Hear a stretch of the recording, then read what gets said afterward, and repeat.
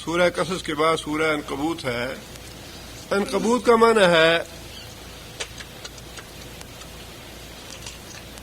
مکڑی کو کہتے ہیں. قرآن مجید کی اسی سورہ کی آیت ہے ان اوہن البیوت لبیت العنکبوت. سب سے کمزور گھر مکڑی کا گھر ہوتا ہے. اسی آیت سے سورہ کا نام لیا گیا ہے. مکی سورت ہے یہ, اور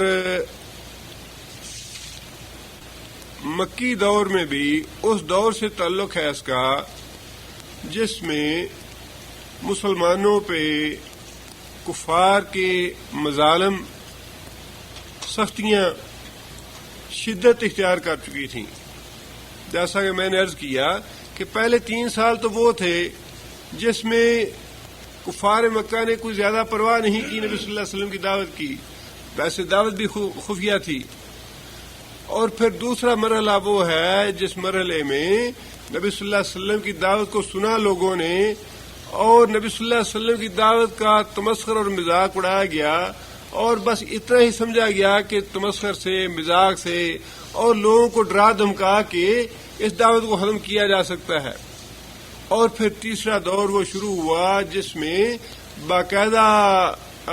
وفد جاتے رہے ابو طالب کے پاس, اور ابو طالب نے بالآخر مایوس کر دیا. وہ آخری وفد تھا یا موقع تھا جس میں رسول اللہ صلی اللہ علیہ وسلم نے یہ بات ارشاد فرمائی کہ میرے ایک ہاتھ پہ سورج رکھو, دوسرے ہاتھ پہ چاند رکھ دو, تب بھی میں اس کام سے باز نہیں آؤں گا. اس کے بعد کفار مکہ قطعی طور پہ مایوس ہو گئے کہ کسی مذاکرات کے راستے سے ہم نبی صلی اللہ علیہ وسلم سے کوئی افہام و تفہیم کا راستہ نکال سکتے ہیں یا اس دعوت کو روک سکتے ہیں. اس کے بعد باقاعدہ ایک کمیٹی بنائی گئی. اس کمیٹی کا سربراہ ابو لہب تھا. 25 آدمیوں کی کمیٹی تھی, اور انہوں نے باقاعدہ بحث کر کے یہ بات طے کی کہ اس دعوت کو, اس تحریک کو روکنے کا ایک ہی راستہ ہے کہ جو بھی آدمی اس تحریک میں یا اس جماعت میں داخل ہوتا ہے یا اس دائرہ اسلام میں آتا ہے, اسے یا تو قتل کر دیا جائے یا اتنے اس پہ مظالم کیے جائیں کہ اس کو دیکھ کے کوئی دوسرا یا تو وہ بھی دائرہ اسلام سے خارج ہو جائے, اور جو دوسرے دیکھنے والے ہوں وہ اس سے عبرت حاصل کریں, سبق حاصل کریں, اور اسلام کے قریب بھی نہ پھٹکنے پائیں. یہ جو 25 سردار تھے قریش کے, انہوں نے باقاعدہ مل بیٹھ کے یہ قرارداد طے کی, اور ابو لہب اس کمیٹی کا سربراہ تھا کہ مسلمانوں اسلام سے روکنے کے لیے لوگوں کو مارا پیٹا جائے اور اسلام سے دور رکھا جائے انہیں. اور خاص طور پہ نبی صلی اللہ علیہ وسلم کے بارے میں یہ بات بھی طے ہوئی کہ اگر نبی صلی اللہ علیہ وسلم کو قتل کرنے کی ضرورت پیش آئے تو ان کو قتل بھی کر دیا جائے. 2 کوششیں تو خود ابو جہل نے کی نبی صلی اللہ علیہ وسلم کو قتل کرنے کے لیے. ایک دفعہ اس نے کہا لوگوں سے کہ میں آج صبح کے وقت پتھر لے کے کھڑا رہوں گا, اور جب نبی صلی اللہ علیہ وسلم حرم میں آ کے نماز پڑھیں گے تو میں نبی صلی اللہ علیہ وسلم کے سر پہ پتھر گرا کے ان کا معاملہ ختم کر دوں گا. اور صبح قریش مکہ بھی پہنچ گیا, دوسرے بھی,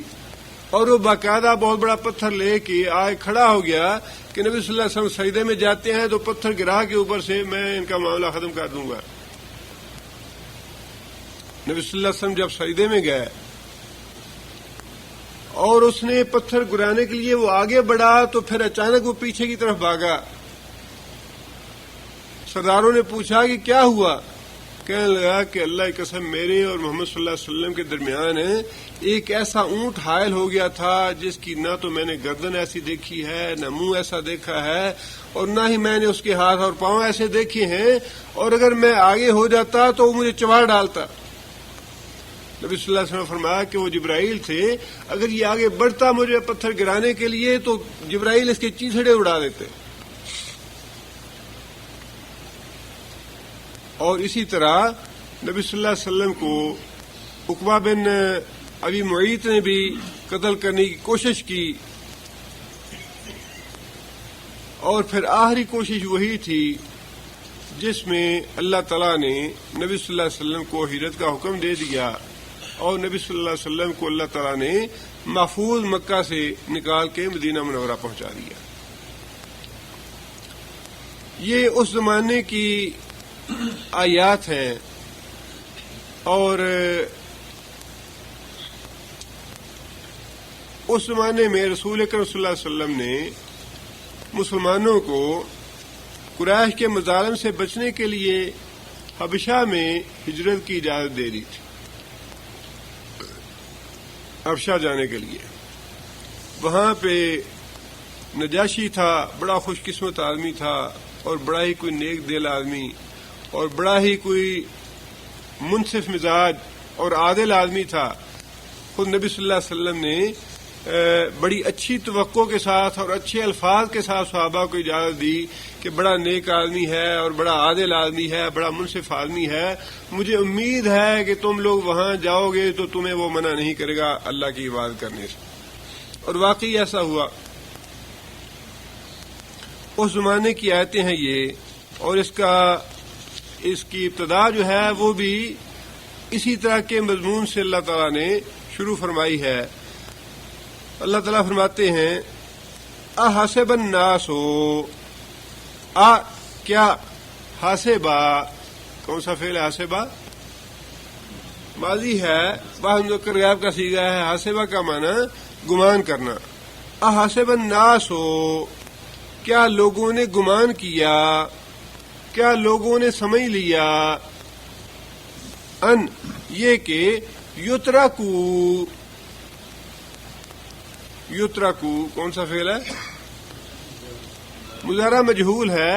جو مذکر غائب کا صیغہ ہے. یترکو ترک کر دیے جائیں گے، چھوڑ دیے جائیں گے. ان اس بات پر یہ کہ یقولو انہوں نے کہا آمنا ہم ایمان لے آئے، آمنا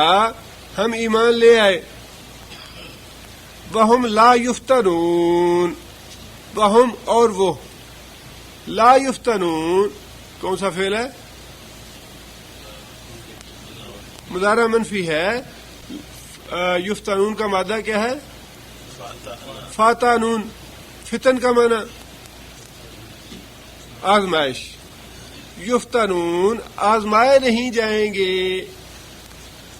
کیا لوگوں نے یہ سمجھ رکھا ہے کہ وہ اتنی بات کہنے پہ چھوڑ دیے جائیں گے کہ ہم ایمان لے آئے، وہم لا یفتنون، اور ان کو آزمایا نہیں جائے گا. یہ چونکہ آزمائشوں کے دوران ہی نازل ہوئی آیت، اللہ تعالیٰ نے یہ بات ارشاد فرمائی کہ یہ آزمائشیں تو ناگزیر ہیں.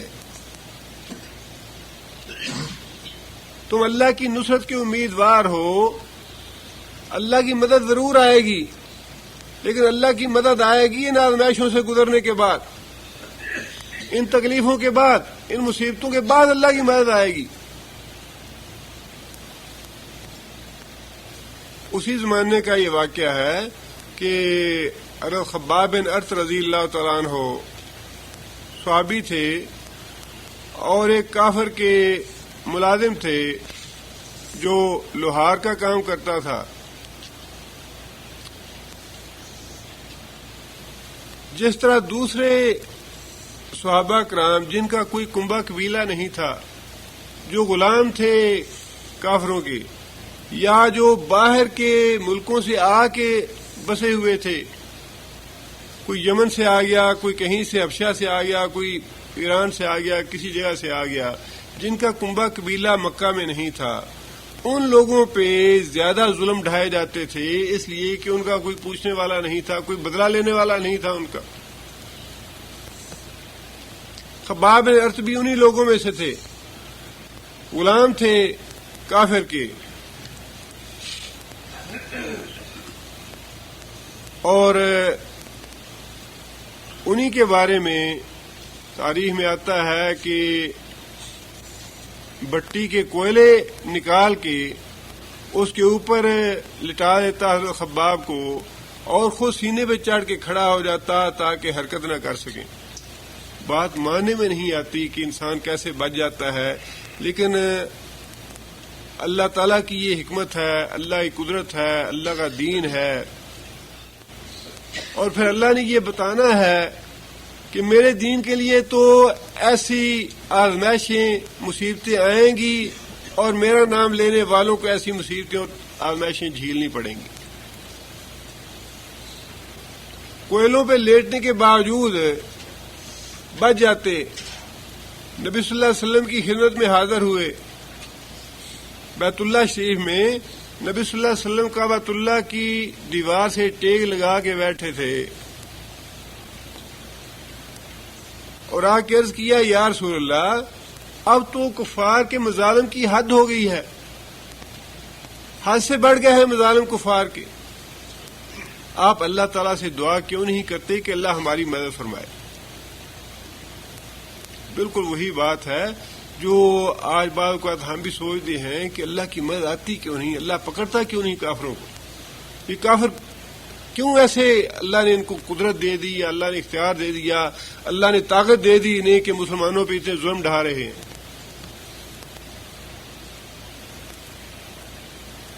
نبی صلی اللہ علیہ وسلم نے ان کے جواب میں یہ بات ارشاد فرمائی کہ خباب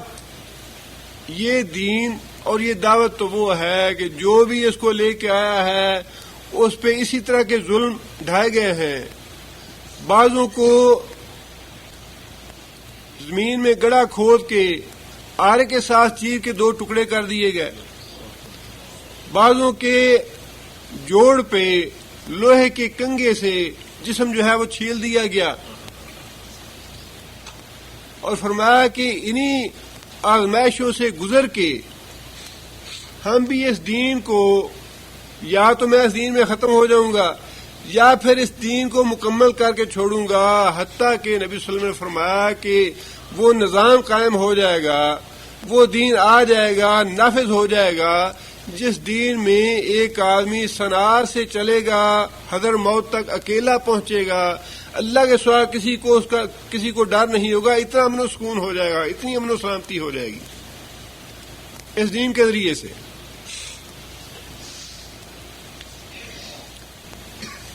اور پھر اس معاملے میں حضرت خباب بن ارت اکیلے نہیں تھے، حضرت بلال رضی اللہ تعالیٰ عنہ ظاہر ہے وہ بھی باہر سے آئے ہوئے تھے، ان کا بھی کوئی انتقام لینے والا، بدلہ لینے والا کنبہ قبیلہ یا پوچھنے والا نہیں تھا، غلام تھے. امیہ بن خلف ان کے گلے میں رسی ڈال کے لڑکوں کو دیتا کہ جاؤ اس کو شہر میں گھماؤ پھراؤ، اور کہتا کہ اس وقت تک نہیں چھوڑیں گے جب تک تم محمد صلی اللہ علیہ وسلم کا انکار نہیں کرتے. تپتی ریت پہ لٹا کے اوپر پتھر رکھ دیتا. اسی طرح حضرت یاسر تھے اور ان کی والدہ حضرت سمیہ تھیں، یمن سے آ کے یہ خاندان آباد ہوا. کنبہ قبیلہ نہیں تھا، رسول اللہ صلی اللہ علیہ وسلم پہ ایمان لے آئے. اور حضرت یاسر کے ساتھ بھی ایسا ہی معاملہ تھا، کافر انہیں اذیتیں اور تکلیفیں پہنچاتے. حضرت سمیہ رضی اللہ تعالیٰ عنہ کو ابو جہل نے شرمگاہ میں نیزہ مار کے شہید کر دیا.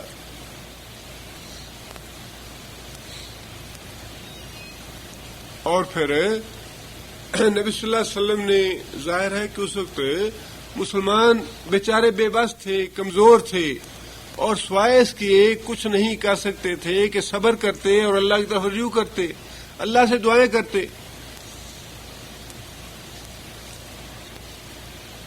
نبی صلی اللہ علیہ وسلم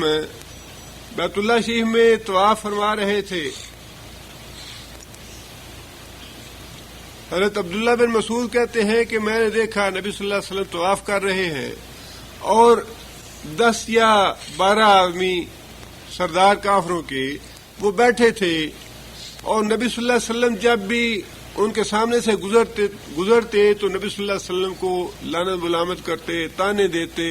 تمسخر کرتے، مذاق اڑاتے نبی صلی اللہ علیہ وسلم کا. نبی صلی اللہ علیہ وسلم نے دوسرے تیسرے چکر کے بعد کھڑے ہو کے یہ بات ارشاد فرمائے کہ اللہ کی قسم میں تم لوگوں کے لیے ذبح کرنے والا بھیجا گیا ہوں، یعنی تم لوگ ایمان نہیں لاؤ گے، ہلاک ہو جاؤ گے۔ حضرت عبداللہ بن مسعود کہتے ہیں کہ اللہ کی قسم میں نے دیکھا کہ وہ جتنے بھی کفار تھے، نبی صلی اللہ علیہ وسلم کا مذاق اڑانے والے، نبی صلی اللہ علیہ وسلم کو ملامت کرنے والے، بدر کے دن وہ سارے کے سارے کافر بدر کے کنویں میں پڑے تھے مقتول ہو کے، سارے کے سارے ہلاک ہوئے وہ۔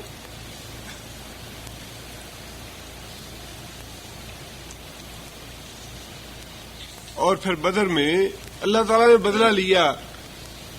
جس سے تکلیف تھی اس سے بدلہ لیا۔ اور ابو جہل جب قتل ہو گیا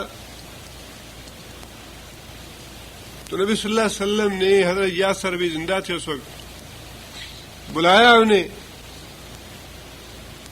یاسر کی والدہ تھی، ان کو تو بھولنے کا سوال ہی پیدا نہیں ہوتا تھا، لیکن وہ زخم اللہ کے رسول کو بھی کیسے بھول سکتے تھے؟ جو تکلیفیں مسلمانوں نے اور جو آزمائشیں اٹھائی تھیں مکہ کی زندگی میں، وہ تو اللہ کے رسول بھی نہیں بھول پائے تھے۔ ابو جہل قتل ہوا تو نبی صلی اللہ علیہ وسلم نے حضرت یاسر کو بلایا اپنے پاس، اور نبی صلی اللہ علیہ وسلم نے خاص طور پہ یہ بات فرمایا کہ قاتل امک، اللہ نے تیری ماں کے قاتل کو قتل کر دیا ہے، تیری ماں کو شہید کیا تھا اس نے، اللہ نے اس کو قتل کر دیا اس کے بدلے میں۔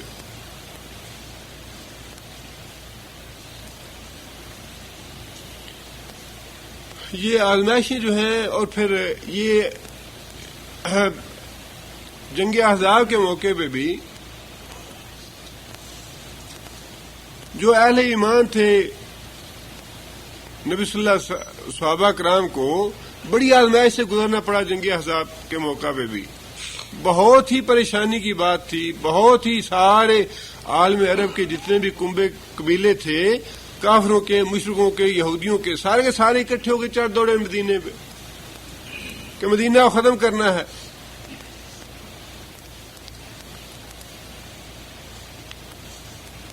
جو لوگ منافق تھے انہوں نے تو یہ کہا کہ ہم سے تو یہ وعدہ کیا گیا تھا، قولوا لا الہ الا اللہ تفلحوا، لا الہ بس کہہ دو تو کامیاب ہو جاؤ گے، تمہاری حکومت بن جائے گی، تم سب پہ غالب آ جاؤ گے،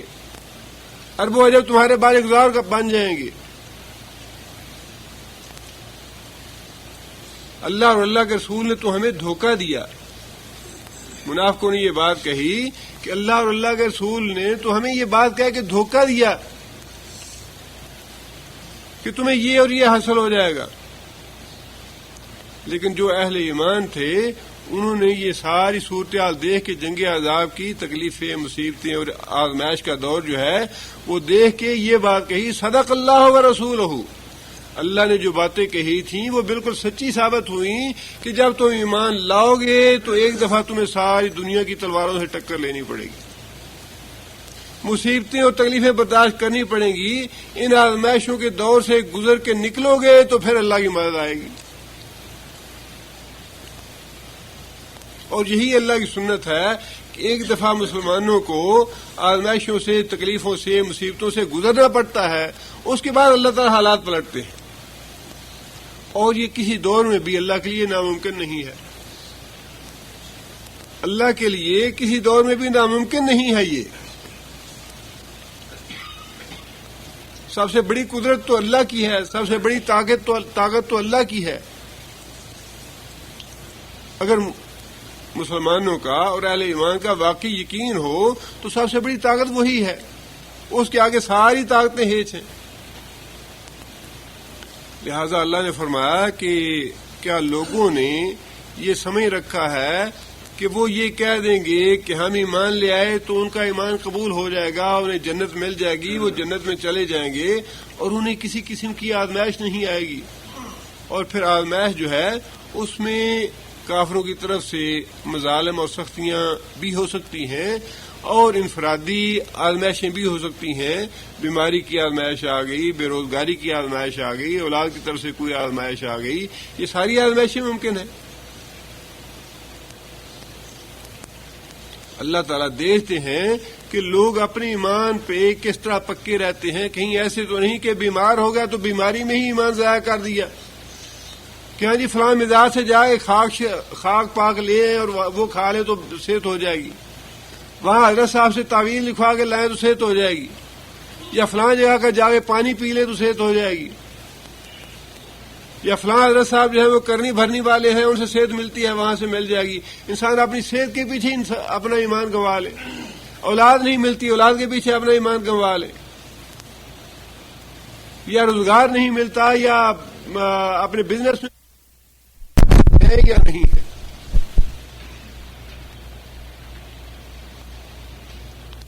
آگے اللہ فرماتے ہیں وَلَقَدْ فَتَنَّا, وَلَقَدْ اور البتہ تحقیق, فتنا کون سا فعل فتنا ماضی ہے جو متکلم کا صیغہ ہے. فتنا ہم نے آزمایا, البتہ تحقیق ہم نے آزمایا, الذین ان لوگوں کو, من قبلہم جو ان سے پہلے تھے. مطلب یہ کہ اگر یہ آزمائشیں اور تکلیفیں آئی ہیں تم پہ تو یہ صرف تمہارے لیے تو نہیں ہے, تم سے پہلے جو مسلمان گزر چکے ہیں ان پہ بھی ایسی تکلیفیں اور مصیبتیں آئیں, اور ان کا ذکر ہے قرآن مجید میں بھی بعض واقعات کا ذکر اللہ تعالیٰ نے فرمایا. اصحاب الاخدود کا واقعہ بڑی تفصیل سے اللہ تعالیٰ نے بیان فرمایا کہ وہ عیسائی جو اپنے ایمان میں پکے تھے, جو فی الواقع مسلمان تھے, کس طرح یہودیوں نے ان پہ ظلم کیا اور گڑھے کھود کے آگ میں جلا دیا ان سب کو. تاریخ میں اور تفاسیر میں لکھا ہے کہ 24,000 آدمی تھا جن کو ایک ہی وقت میں ایک ہی جگہ پہ جلا دیا گیا گڑھے کھود کے, 24,000 آدمی کو. فرمایا یہ آزمائشیں جو ہیں یہ تم سے پہلے لوگوں پہ بھی آئیں اور تم پہ بھی آئیں گی, حتیٰ کہ تم ان آزمائشوں سے کامیابی کے ساتھ گزرو گے تو پھر اللہ کی نصرت آئے گی تمہارے لیے.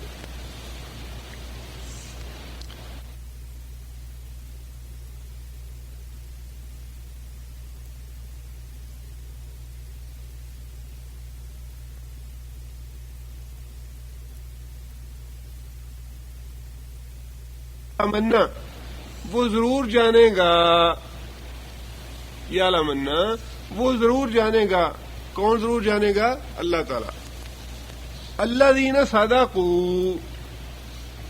وہ لوگ جو سچے ہیں, ولا یعلمن اور وہ ضرور جانے گا الکاذبین جھوٹے کون ہیں, صادقین کون ہے, کاذبین کون ہے. اللہ تو دیکھنا چاہتا ہے کہ میرے نام پہ مرتا کون ہے, میرے نام پہ جان کون دیتا ہے, میرے نام پہ اپنا خون کون بہاتا ہے, میرے نام پہ قید کون ہوتا ہے, جیل میں کون جاتا ہے, تکلیفیں کون برداشت کرتا ہے میرے لیے. دوستی ہے اللہ سے, کوئی مذاق تو نہیں ہے. اللہ سے دوستی کرنی ہے, اللہ پہ ایمان لانا ہے, اللہ سے جنت لینی ہے, اللہ سے انعام لینا ہے, اللہ سے فضل حاصل کرنا ہے. تو اللہ فرماتے ہیں کہ میں یہ تو دیکھوں گا ضرور کہ میرے ساتھ دوستی میں کون پکا ہے, کون سچا ہے, اور جھوٹا دعویٰ کس کا ہے. کوئی ذرا سی تکلیف آ گئی, ہاں جی مارے گئے, ہم نے تو کبھی اپنی زندگی میں آرام دیکھا ہی نہیں, مصیبتیں ہی مصیبتیں ہیں, پریشانی ہے, جب سے پیدا ہوئے پریشانیوں میں ہیں. اللہ کا گلہ, اللہ کا شکوہ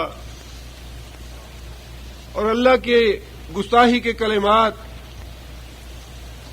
اللہ فرماتے ہیں کہ یہ تو میری طرف سے آتی ہیں چیزیں. اور پھر جو آدمی گلا شکوہ کرتا ہے, رونا روتا ہے, ہر وقت روتا پیٹتا رہتا ہے, اس کا مطلب یہ ہے کہ وہ اللہ کی تقدیر پہ شاکر نہیں ہے. اللہ کی طرف سے آزمائش آئی ہے تو اللہ کا گلا شکوہ شروع کر دیا اس نے. اللہ فرماتے ہیں کہ ہمیں یہ تو دیکھنا ہے, یہاں دیکھنے سے مراد ثابت کرنا ہے. ویسے تو اللہ تعالیٰ جانتے ہی ہیں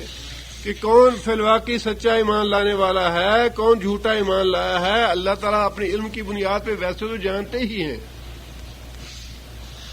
لیکن اللہ تعالیٰ کے فیصلے جو ہیں قیامت کے دن اپنے علم کی بنیاد پہ نہیں ہوں گے. اگر اللہ تعالیٰ نے اپنے علم کی بنیاد پہ فیصلے کرنے ہوں تو اللہ تعالیٰ مخلوق کو پیدا کر کے ویسے ہی جنت اور جہنم میں بھیج دے کہ مجھے پتا ہے اس نے جہنم والے عمل کرنے ہیں، اس نے جنت والے عمل کرنے ہیں۔ لیکن یہ اللہ کا قاعدہ اور قانون نہیں ہے۔ اللہ تعالیٰ تو ثبوت پیش کریں گے کہ ہاں واقعی تم نے جہنمیوں والے عمل کیے ہیں، لہذا تم جہنم کے مستحق ہو، اور جنت میں جانے والوں کے لیے بھی اللہ تعالیٰ ثبوت مہیا کریں گے، ثابت کریں گے کہ ہاں واقعی تم نے جنت والوں کے عمل کیے تھے، لہذا تم جنت کے مستحق ہو۔ اس لیے اللہ نے فرمایا کہ یعلمن اللہ، اللہ تو عمل سے دیکھے گا، تمہارے عمل سے جاننا چاہتا ہے کہ اپنے ایمان میں سچا کون ہے اور اپنے ایمان میں جھوٹا کون ہے۔ آگے اللہ تعالیٰ فرماتے ہیں یہ بات تو تھی مسلمانوں کے لیے جو تکلیفوں سے، مسائل سے، پریشانیوں سے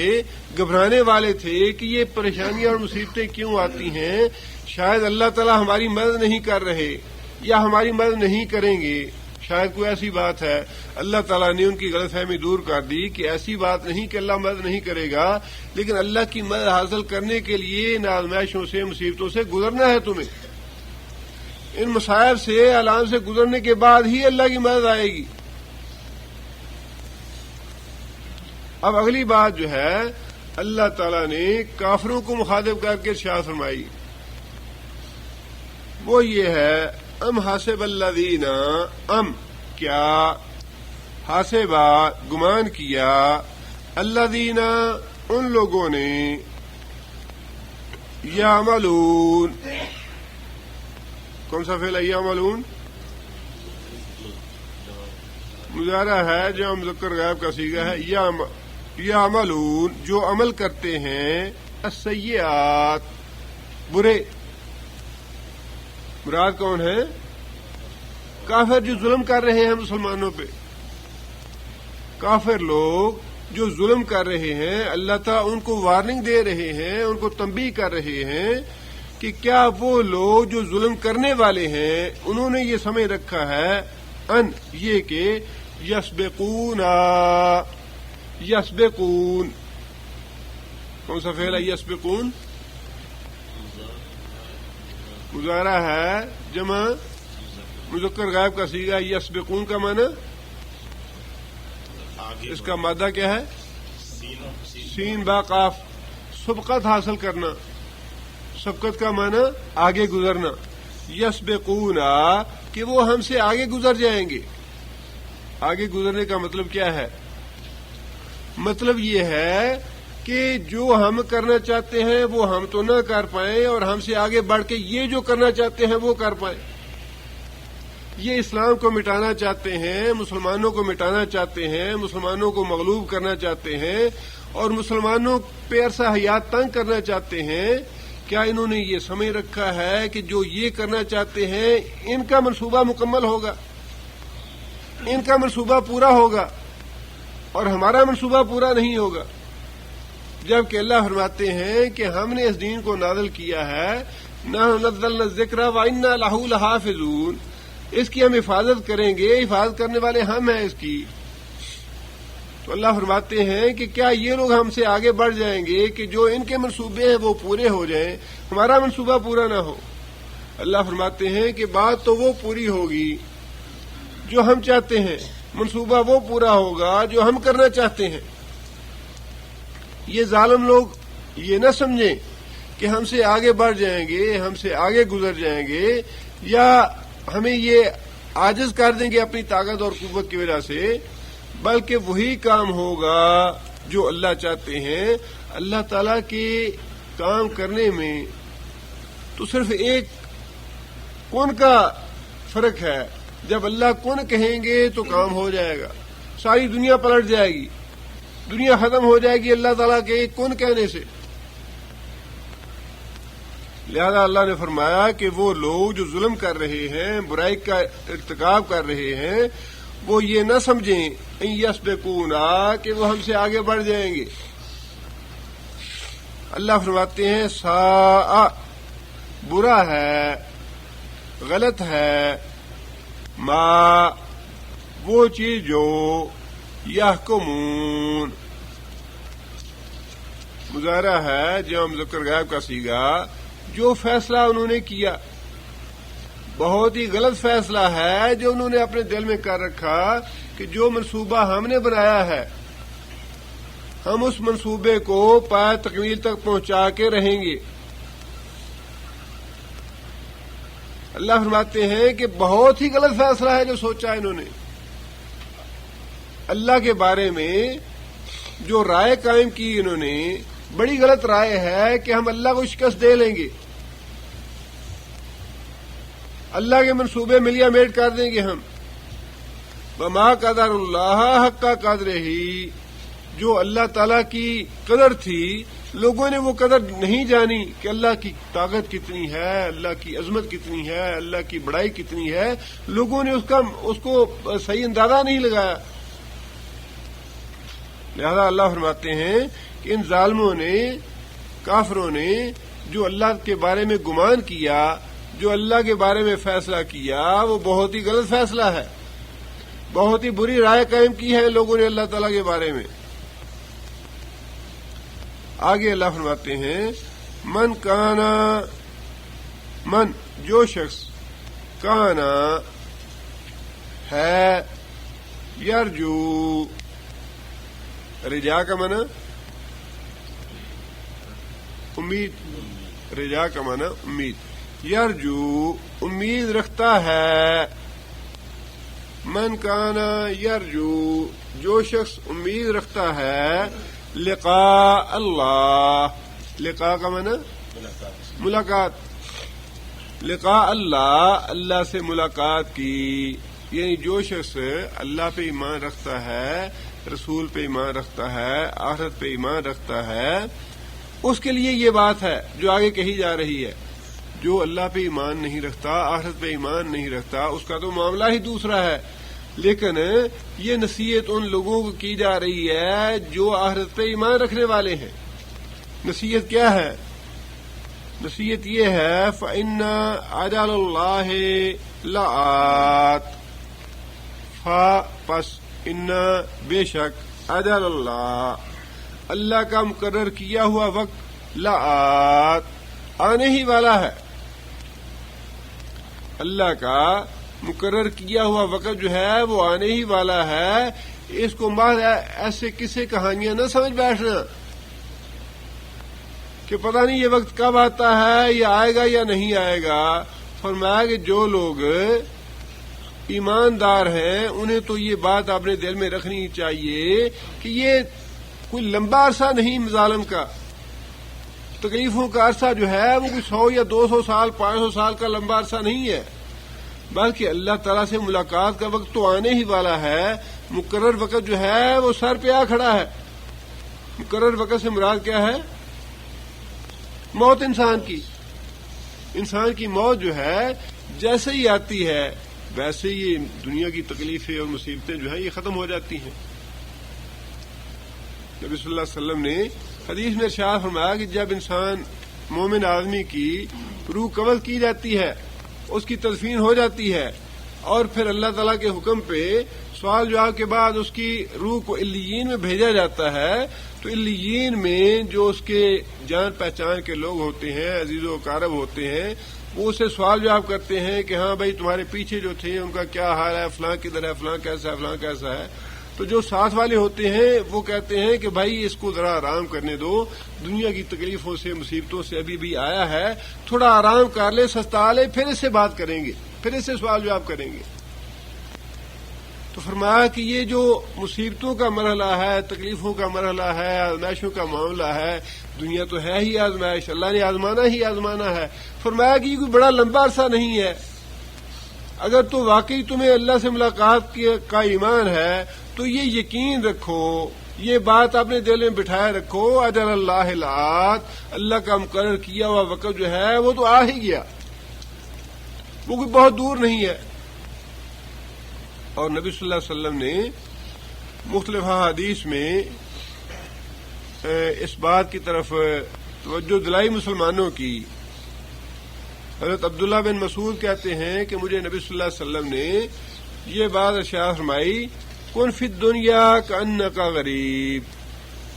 اے عبداللہ اس دنیا میں اس طرح رہو جس طرح کوئی مسافر رہتا ہے۔ یہ سفر ہے زندگی ایک، اس دنیا میں بیٹھ نہیں رہنا، سفر کرتے جا رہے ہیں، اور ابھی تو ہمارے مراحل جو ہیں وہ باقی زیادہ ہے۔ یہ تو پہلا مرحلہ ہے انسان کی زندگی کا کہ اس دنیا میں انسان آیا ہے، اور اس سے کہیں طویل سفر جو ہے وہ دوسرے مرحلے کا ہے برزخ میں۔ یہاں انسان 40 سال 50 سال 60 سال کی زندگی بسر کرتا ہے، برزخ میں تو آپ پتہ نہیں کتنے ہزار سال بسر کرنے ہیں، اور پھر 500 سال کا عرصہ جو ہے وہ تو حشر کا ہے، اور اس کے بعد پھر آخری منزل ہے کہیں جا کے۔ تو فرمایا کہ یہ جو دنیا کا سفر ہے اس کو تو یوں سمجھو جس طرح ایک مسافر ہے وہ چلتے چلتے کسی درخت کے نیچے آ بیٹھا سستانے کے لیے تھوڑی دیر، یا کسی سرائے میں آ گیا کہ 10 منٹ یا 15 منٹ یا 1 گھنٹہ 2 گھنٹے سستا لوں، آرام کر لوں، تازہ دم ہو کے پھر اگلا سفر شروع کروں گا۔ تو یہ دنیا تو ایسے ہی بسر کرو جس طرح انسان کوئی سفر میں جاتے ہوئے سستانے کے لیے بیٹھ جائے۔ جب انسان کہیں سستانے کے لیے بیٹھتا ہے، کسی سرائے میں جانے کے لیے بیٹھتا ہے، تو انسان وہاں یہ نہیں دیکھتا کہ ہاں بھئی یہ بڑی اچھی زمین ہے، بڑا اچھا علاقہ ہے، سبز و شاداب ہے، یہاں میں مربع 2 مربع زمین تو حاصل کر لوں۔ کبھی کسی انسان نے یہ نہیں سوچا، یا انسان کبھی یہ سوچے کہ بھئی اچھا سپر مارکیٹ یہاں بنا لے سرائے کے قریب۔ بھئی تمہاری جہاں منزل ہے، تم نے کسی جس شہر میں پہنچنا ہے، جہاں تمہارا گھر ہے، وہاں جا کے اپنی سپر مارکیٹ بنا لینا، وہاں جا کے جو مرضی بنا لینا، لیکن سرائے پہ جا کے جہاں چند گھنٹے کا قیام ہے، وہاں نہ تو انسان زمین کے بھاؤ تاؤ کرتا ہے کہ 4 مربع زمین خریدوں میں یہاں سے، نہ انسان یہ سوچتا ہے کہ یہاں میں کوئی بزنس یا فیکٹری لگاؤں، نہ کوئی یہ سوچتا ہے کہ یہاں پہ کاروبار کرنا ہے۔ فرمایا کہ دنیا کا سفر جو ہے یہ تو اسی طرح بسر کرو کہ یہاں پہ مربع خریدنے کی کوشش نہ کرو، یہاں پہ بزنس یا فیکٹریاں یا کارخانے لگانے کی کوشش نہ کرو، بلکہ ایک مسافر کی طرح زندگی بسر کرو کہ انسان درخت کے نیچے سستانے کے لیے بیٹھا ہے یا سرائے میں آرام کرنے کے لیے 2 گھنٹے 4 گھنٹے گزارنے ہیں، اس کے بعد پھر اپنا سفر شروع کرنا ہے۔ اور فرمایا کہ وَعُدَّ نَفْسَكَ مِنْ أَهْلِ الْقُبُورِ، اپنے آپ کو ہر وقت قبر والوں میں سے شمار کرو۔ پتہ نہیں صبح ہوئی ہے تو شام ہونی یا نہیں ہونی، شام کی ہے تو اللہ جانتا ہے صبح ہونی ہے یا نہیں ہونی، اور پھر یہ وقت بھی آنا ہی ہے آخر کبھی نہ کبھی۔ ایک صبح ہم کریں گے شام کو نہیں ہوں گے، یا ایک شام ہم کریں گے تو اگلی صبح کو نہیں ہوں گے، یہ وقت تو آنا ہی آنا ہے، یا ایک صبح نہیں کرنی یا ایک شام نہیں کرنی۔ اور یہی بات نبی صلی اللہ علیہ وسلم نے ایک اپنے دوسرے صحابی کو فرمائی کہ شام کر لو تو صبح کا انتظار نہ کرو کہ اب صبح بھی آئے گی میری، اور اگر صبح کر لیا ہے تو پھر شام کا انتظار نہ کرو کہ میری شام بھی ضرور آئے گی۔ نبی صلی اللہ علیہ وسلم ایک دفعہ تشریف لے جا رہے تھے، راستے میں دیکھا کہ ایک صحابی اپنے مکان کی مرمت کر رہے ہیں، ان کی والدہ ساتھ ہے۔ نبی صلی اللہ علیہ وسلم نے پوچھا کہ بھئی کیا کر رہے ہو؟ تو انہوں نے کہا یا رسول اللہ اپنے گھر کی مرمت کر رہے ہیں۔ نبی صلی اللہ علیہ وسلم نے فرمایا کہ الامر اسرع من ذالک، کہ جس پہ اتنی محنت کر رہے ہو، جس کام میں اتنا آپ اپنے آپ کو تم نے مصروف کر رکھا ہے، تمہاری موت تو اس سے کہیں زیادہ قریب ہے، اس کے لیے محنت کرو، اس پہ اتنی محنت کرنے کی کیا ضرورت ہے۔ خود نبی صلی اللہ علیہ وسلم کا اپنا واقعہ ہے کہ نبی صلی اللہ علیہ وسلم رفع حاجت کے لیے تشریف لے گئے باہر، اور صحابی ساتھ تھے، لوٹا پانی ساتھ تھا۔ نبی صلی اللہ علیہ وسلم طہارت سے فارغ ہوئے، رفع حاجت سے فارغ ہوئے، تو وہیں بیٹھے بیٹھے نبی صلی اللہ علیہ وسلم نے مٹی پہ ہاتھ مار کے تیمم کر لیا، اپنے آپ کو پاک صاف کر لیا۔ تو صحابی نے عرض کیا یا رسول اللہ یہ پانی موجود ہے، پانی سے آ کے ہاتھ صاف کر لیں، وضو وغیرہ کر لیں۔ نبی صلی اللہ علیہ وسلم نے فرمایا کہ کیا تمہیں پتا ہے کہ میں پانی تک واپس پہنچ جاؤں گا، اس سے پہلے مروں گا نہیں۔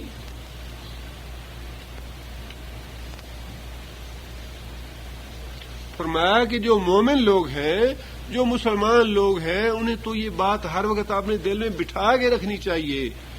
ان اجل اللہ لآت، کہ اللہ تعالیٰ کی مقرر کی ہوئی جو موت ہے، جو مقرر کیا ہوا وقت ہے، وہ تو سر پہ کھڑا ہے، کسی وقت بھی آ سکتا ہے۔ لہذا ان مصائب سے، آلام سے، آزمائشوں سے گھبرانے کی ضرورت نہیں ہے۔ جیسے ہی اللہ سے ملو گے، سب کچھ اللہ سے وصول کر لو گے، اللہ کی نعمتیں حاصل ہو جائیں گی، اللہ کے سارے وعدے پورے ہو جائیں گے۔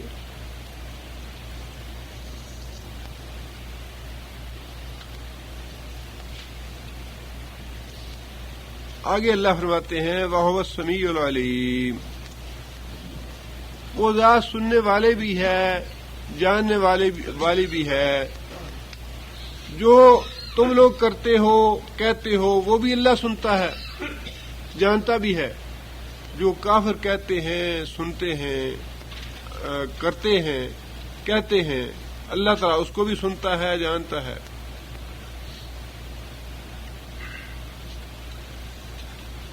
اب ہمیں تو بے شمار باتیں ایسی ہیں، عوام کو پتہ نہیں چلتا، جس سینسر لگا دیا، خبریں نہیں آ رہی، یہ چھپا دیا، وہ چھپا دیا، ایسے ہو گیا، ویسے ہو گیا، پتہ نہیں یہ خبر صحیح ہے، وہ خبر صحیح ہے۔ عام لوگوں تک تو باتیں پہنچتی نہیں، اور جہاں تک جن کے اختیارات ہیں، جن کے پاس قوت ہے، طاقت ہے، ٹیکنالوجی ہے، وہ یہ چاہتے ہیں کہ ہمارے کیے ہوئے بدعمالیاں جو ہیں لوگوں تک نہ پہنچیں، ہمارے جو اندروں میں بیٹھے ہوئے راز ہیں وہ نہ کھلیں۔ لیکن اللہ فرماتے ہیں کہ کافر لوگ یہ نہ سمجھیں کہ ان باتوں کا کسی کو پتہ نہیں چلے گا، یہ باتیں سننے والا کوئی نہیں جو ہم اندر بیٹھ کے کرتے ہیں۔ اللہ فرماتے ہیں کہ وہ ذات خوب سننے والی بھی ہے، خوب جاننے والی بھی ہے۔ جو کہتے ہو زبان سے، اللہ تعالیٰ اس کو سننے والا ہے، اور جو کرتے ہو اس کو اللہ دیکھ رہا ہے۔ آگے اللہ فرماتے ہیں ومن جاہدا، ومن اور جو شخص جاہدا، کون سا فعل ہے جاہدا؟ ماضی ہے، واحد مذکر غائب کا صیغہ ہے۔ جاہدا، اس نے جد و جہد کی، اس نے کوشش کی۔ ومن جاہدا، اور جو کوئی کوشش کرتا ہے دین کے لیے، اسلام کے لیے، اللہ کے لیے، فَإِنَّمَا، پس بے شک وہ، یجاہدو، جہاد کرتا ہے، جد و جہد کرتا ہے، کوشش کرتا ہے، لنفسہ ہی، اپنی جان کی بھلائی کے لیے۔ اگر مسلمان اللہ کے دین کے لیے مصیبتیں اور تکلیفیں اٹھاتے ہیں، آزمائشیں برداشت کرتے ہیں، تو اللہ فرماتے ہیں کہ یہ نہ سمجھنا کہ اللہ کی خدائی اسی سے قائم ہے۔ تم مصیبتیں اور یا تکلیفیں برداشت کرو گے تو اللہ کی خدائی قائم رہے گی۔ فرمایا کہ جو آدمی جتنا بھی جہاد کرتا ہے، جتنی بھی کوشش کرتا ہے، جتنی بھی سعی کرتا ہے اللہ کے دین کے لیے، اس کا فائدہ خود اسی کی ذات کو ہوگا، اس کا اجر و ثواب اس سے کہیں زیادہ اللہ سے لے لے گا، اللہ کہیں زیادہ نعمتیں حاصل کر لے گا، خود اپنا ہی بھلا کرے گا۔ اور فرمایا کہ جو آدمی اللہ کے دین کے لیے کوئی تکلیف برداشت نہیں کرنا چاہتا، کوئی مصیبت برداشت نہیں کرنا چاہتا، کسی آزمائش سے گزرنا نہیں چاہتا، فرمایا کہ اسے یہ معلوم ہونا چاہیے ان اللہ، بے شک اللہ تعالی، لغنی، غنی ہے، عن العالمین، سارے جہان والوں سے۔ نہیں کرتے نہ کرو، کوئی نماز نہیں پڑھتا نہ پڑھے، کس کا بگاڑے گا؟ اپنا بگاڑے گا، اللہ کا بگاڑے گا۔ اگر کوئی آدمی روزہ نہیں رکھتا، اللہ فرماتے ہیں نہ رکھو، میں نے تو حکم دینا تھا، حکم دے دیا کہ بھائی نماز بھی پڑھو، روزہ رکھو، زکوٰۃ دو، صدقہ کرو، خیرات کرو، حج کرو، عمرہ کرو، والدین کی اس نے سلوک کرو، اپنے قرابت داروں کے حقوق ادا کرو، بیوی بچوں کے حقوق ادا کرو، رزق حلال کماؤ۔ اللہ فرماتے ہیں کہ میں نے تو حکم دے دیا، اب جو کوئی دین کے لیے قائم رہنے کے لیے اللہ کی اطاعت میں کوشش کرتا ہے، جد و جہد کرتا ہے، اللہ کو راضی رکھنے کی کوشش کرتا ہے، جد و جہد کرتا ہے، اپنا ہی بھلا کرے گا۔ وہ اللہ کو راضی کرے گا تو اپنا ہی بھلا کرے گا، اور جو اللہ کو ناراض کرے گا تو اللہ تعالیٰ تو اس سے بے نیاز ہے کہ کوئی اللہ کو راضی رکھے۔ جو اللہ کو ناراض کرے گا اپنا نقصان کرے گا۔ لہذا فرمایا کہ یہ جو مصائب ہیں، آلام ہیں، تکلیفیں ہیں، آزمائشیں ہیں، جو کچھ بھی ہے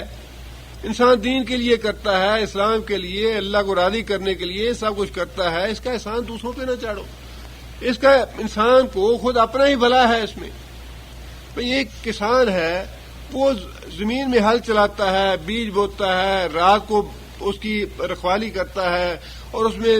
پانی دیتا ہے، سارے کام کرتا ہے۔ وہ کبھی کسان یہ نہیں کہتا کہ میں راتوں کو جاگتا رہا، میں نے اپنی زمین میں ہل چلایا، میں نے اپنی زمین میں پانی دیا، میں نے اپنی زمین میں بیج ڈالا، میں نے یہ کیا، میں نے وہ کیا، اس لیے کہ اسے پتا ہے کہ میں نے اگر کیا ہے، اپنی زمین کو ہل چلایا ہے، اس میں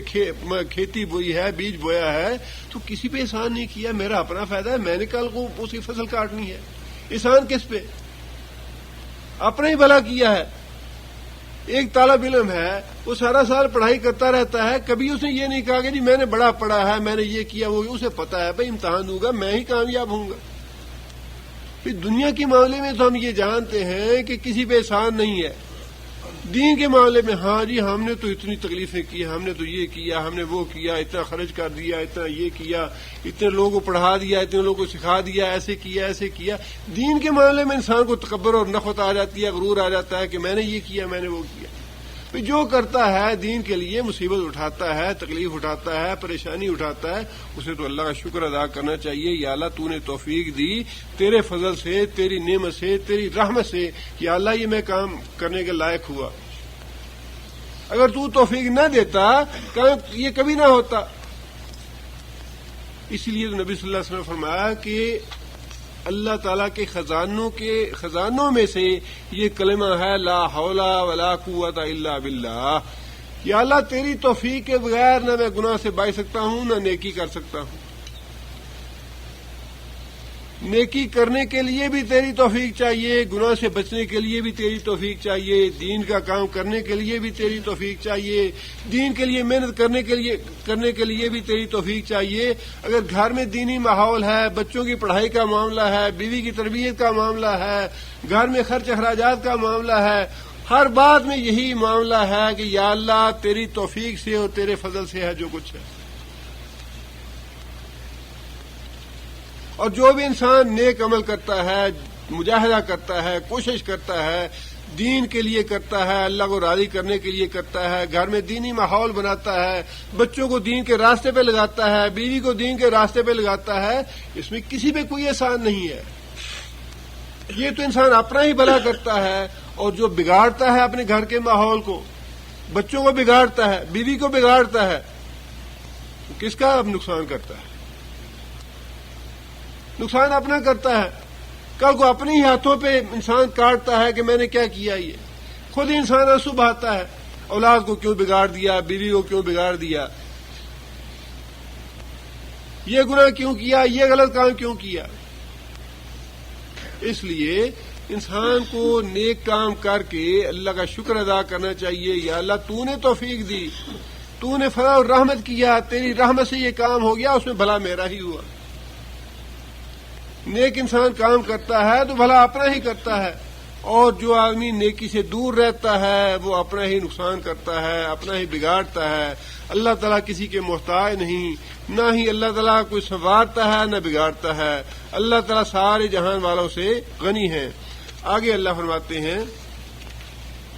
والذین آمنوا وعملوا الصالحات لنکفرن عنہم، یہ ساری باتیں اللہ تعالیٰ نے اہل ایمان کو مخاطب کر کے ان کی تسلی کے لیے فرمائی ہیں، کیونکہ وہ بڑا ابتلا کا، آزمائشوں کا، مصیبتوں کا دور تھا، اس لیے اللہ تعالیٰ نے ان کو تسلی دلائی کہ بھائی جو تم مصیبتیں تکلیفیں برداشت کر رہے ہو، اس کا انشاءاللہ تمہیں انعام ملنے ہی والا ہے، جیسے ہی موت آئے گی ویسے ہی انعامات کا سلسلہ شروع ہو جائے گا۔ اور آگے اللہ نے فرمایا کہ والذین آمنوا وہ لوگ جو ایمان لائے وعملوا الصالحات اور پھر نیک اعمال بھی کیے لنکفرن عنہم سیئاتہم لنکفرن کون سا فعل ہے نکفرن مضارع ہے جہاں متکلم کا صیغہ ہے لا البتہ نکفرن ہم ضرور مٹا دیں گے انہم ان سے سیئات گناہ ہم ان کے ایمان جو ہے ایمان لانا سارے شرک اور بدعات کو ختم کر دیتا ہے کفر کی حالت میں شرک کی حالت میں جتنے بھی گناہ انسان کرے ایمان لانا ان سب کو ختم کر دیتا ہے لہذا اللہ فرماتے ہیں کہ جو لوگ ایمان لاتے ہیں پھر نیک عمل کرتے ہیں ہم ان کے سارے گناہ مٹا دیتے ہیں بعض گناہ ایسے ہیں جو انسان توبہ کرتا ہے مٹ جاتے ہیں بعض گناہ ایسے ہیں کہ انسان نیکیاں کرتا ہے اس کے بدلے میں اللہ تعالیٰ گناہ مٹا دیتے ہیں اور فرمایا کہ اسلام لے آنا ایمان قبول کر لینا یہ تو ایسا عمل ہے کہ کفر اور شرک کے زمانے کے سارے گناہوں کو مٹا دیتا ہے یہ لہذا فرمایا کہ جو لوگ ایمان لے آئے نیک اعمال کیے ہم ان کی ساری برائیاں مٹا دیں گے وَلَا نَجْزِيَنَّهُمْ والا اور البتہ نَجْزِيَنَّ ہم ان کو ضرور جزا دیں گے ضرور بدلہ دیں گے ہم ان کو احسن بہترین یہ جو عمل کیے اسے کہیں زیادہ بہت ہی اچھا وقت کے اعتبار سے بھی کمیت کے اعتبار سے بھی اگر 1 ریال اللہ کے لیے خرچ کرو گے تو اللہ تعالیٰ اس کو 10 گنا سے لے کر 700 گنا تک بڑھا دیں گے 10 گنا سے 700 گنا تک بڑھا کے تمہیں واپس کریں گے 1 ریال اللہ کی راہ میں خرچ کرو گے تو ممکن ہے اللہ 100 ریال تمہیں واپس کرے اس کا 1000 ریال کا فائدہ پہنچا دیں یہاں دنیا کے معاملے میں ہمارے پیمانے مختلف ہیں دین کے معاملے میں ہمارے پیمانے اور ہیں دنیا کے معاملے میں ہم دیکھتے ہیں کہ پاکستان سے سعودی عرب جا کے محنت کریں گے نوکری کریں گے کمائی کریں گے تو 1 کے 16 ملیں گے حالانکہ 16 ہے یہ یا 15 ہے انسان ساری زندگی کمائی جو وہاں کی ہوتی ہے 5 لاکھ 10 لاکھ ہاں جی ویزا لگ جائے سعودی عرب کا وہاں جا کمائی کرنی ہے اس لیے کہ وہاں 1 کے 15 ملتے ہیں دین کے معاملے میں اللہ فرماتے ہیں کہ 10 گنا سے لے کے 700 گنا تک میں بڑھاتا ہوں اور اس سے بھی بڑھا سکتے ہیں نبی صلی اللہ علیہ وسلم نے فرمایا کہ وہ اکثر من ذالک 700 سے بھی اگر اللہ چاہے تو زیادہ کر دیتے ہیں اس معاملے میں کہیں خرچ کرنا پڑے یا جیب سے نکالنا پڑے 1 دفعہ نہیں 10 دفعہ سوچتے ہیں کہ بھئی 10 ریال نکال کے دیں گے تو 10 ریال کم ہو جائیں گے اتنی سکاط بن گئی حالانکہ اللہ فرماتے ہیں کہ جو تم خرچ کرو گے نبی صلی اللہ علیہ وسلم فرمایا کہ اللہ فرماتے ہیں کہ جو آدمی دنیا میں میرا گھر بناتا ہے میں جنت میں اپنے حساب سے اس کا گھر بناتا ہوں اپنے حساب سے ظاہر ہے کہ بندے کا حساب اور ہے اللہ کا حساب اور ہے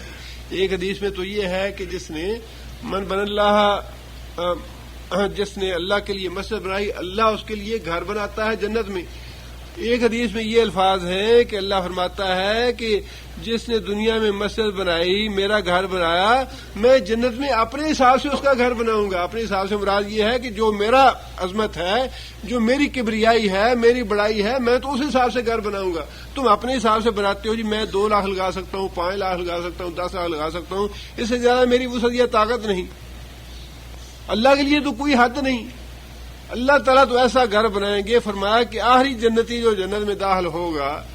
نبی صلی اللہ علیہ وسلم فرمایا کہ جب اللہ تعالیٰ اسے داخل فرمائیں گے تو اسے پوچھیں گے تمنا کرو کیا تمنا کرتے ہو جنت میں بندہ کہے گا یا اللہ آپ کیوں مذاق کرتے ہیں مجھ سے آپ تو اللہ کی ذات ہے اتنے عظیم ہیں آپ مجھ سے مذاق کرتے ہیں جنت تو بھر گئی ہے ساری لوگ سارے چلے گئے جنت میں میرے لیے کہاں جگہ باقی رہے گی کہ میں تمنا کروں آپ اللہ فرمائیں گے کہ میں مالک الملک میں مذاق نہیں کرتا تم تمنا کرو بندہ تمنا کرے گا اللہ فرماتے ہیں کہ جتنی تو تمنا کرتے ہو اس سے کہیں زیادہ میں تمہیں دیتا ہوں اس سے 10 گنا فرمایا کہ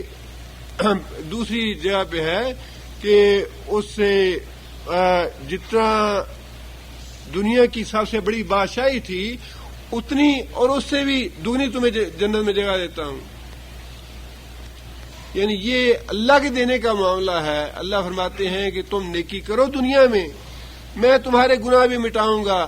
اور پھر بہت ہی بہترین دوں گا جزا اس کی جو تم دنیا میں کر کے آؤ گے, جس کا ہم دنیا میں اندازہ نہیں لگا سکتے. فرمایا کہ احسن اللہ دی, بہت ہی بہتر بدلہ دوں گا, کانو یعملون, جو وہ لوگ عمل کرتے رہے.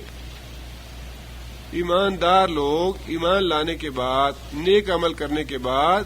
میرے پاس آئیں گے تو میں ان کی گناہ معاف کر دوں گا, برائیاں مٹا دوں گا, اور جو بدلہ دوں گا وہ اس عمل سے کہیں زیادہ اچھا ہوگا جو دنیا میں کر کے آئے. سبحان ربک رب العزت عما یصفون.